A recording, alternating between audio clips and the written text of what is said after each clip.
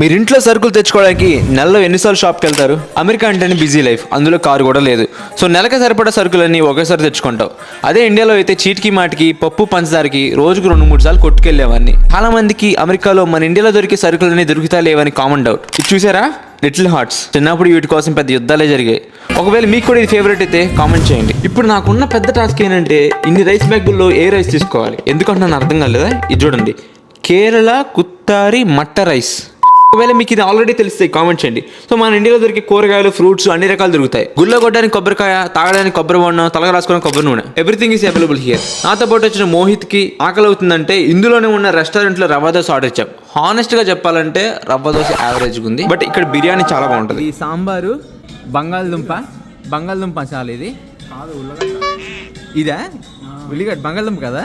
నాకు అది ఉల్లిగడ్డ బంగాళదుంప తెలీదు, అర్థం కాలేదు సార్.